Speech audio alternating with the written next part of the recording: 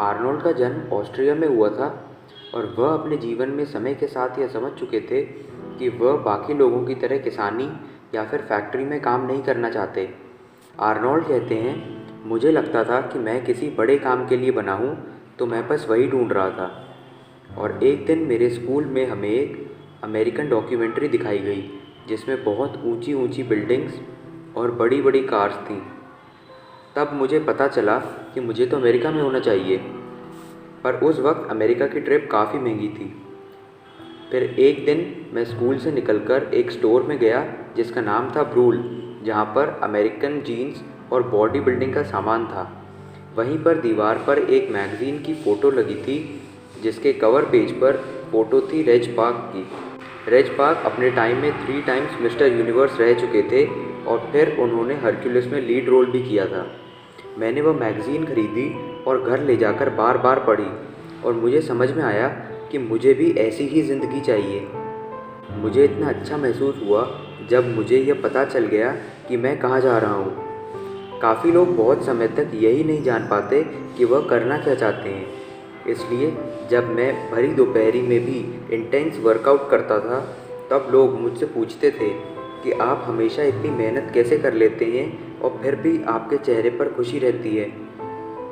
तब मैं उन्हें कहता था कि मेरी आंखों के सामने मिस्टर यूनिवर्स का टाइटल रहता है और मैं अपने आप को टाइटल उठाता हुआ देख सकता हूँ।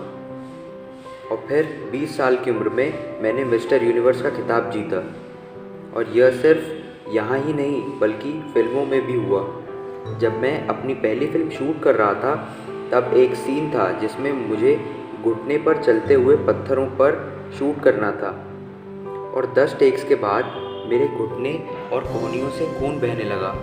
तब हमारे डायरेक्टर ने मेरे पास आकर कहा कि माफ़ी चाहता हूँ कि तुम्हें यह सब सहना पड़ रहा है, पर क्या तुम सिर्फ एक और टेक हैंडल कर सकते हो? तब मैंने उनसे कहा, मुझे नहीं पता कि आप ऐसा क्यों कह रहे हैं, पर मैं बिल्कुल ठीक हूँ। और मैं ठीक इसलिए था क्योंकि मैं उस सीन को इमेजिन कर पा रहा था कि फिल्म में वह सीन कैसा लगेगा।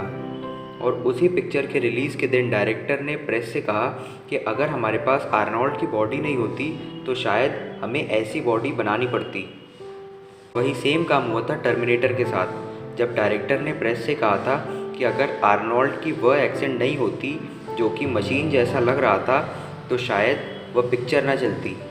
तो आर्नोल्ड कहते हैं कि जब मैं वहाँ पर नया आया था, तब लोगों ने मुझे मेरी ऑस्ट्रियन एक्सेंट को लेकर टारगेट किया, लेकिन अब सब कुछ उन लोगों के विरोध में हो गया है, क्योंकि लोग तो हमेशा बोलेंगे ही, आप चाहे सड़क के किनारे चलें या बीच में, आप ज़मीन पर रहें या छत से कूदें, आपकी निंदा और तारीफ़ करने वाले लोग हमेशा मौजूद रहेंगे। तीसरी बात जो आर्नोल्ड कहते हैं वह है संपूर्ण समर्पण। आपको जो काम आप कर रहे हैं उसमें अपने आप को झोंकना बेहद ज़रूरी है। मैं मोहम्मद अली का काफ़ी करीबी बन गया था उनके 70s की एज में। और एक दिन जब हम दोनों जिम में मिले थे, तब मैंने मोहम्मद अली से पूछा था कि आप कितने सिटअप्स कर लेते हैं। तब मोहम्मद अली ने जवाब में मुझसे कहा था कि मैं तब तक काउंटिंग शुरू नहीं करता जब तक मुझे दर्द महसूस नहीं होता। मतलब है वर्किंग हार्ड। यही है आर्नोल्ड की ज़िंदगी भर का निचोड़, जो इन 3 बातों के साथ ख़त्म होता है। ये आर्नोल्ड की ज़िंदगी से सबसे महत्वपूर्ण 3 बातें हम इस वीडियो से लेकर जाना चाहेंगे। ऐसे और वीडियोज़ के लिए subscribe to exploring the skies, fly high to reach the sky.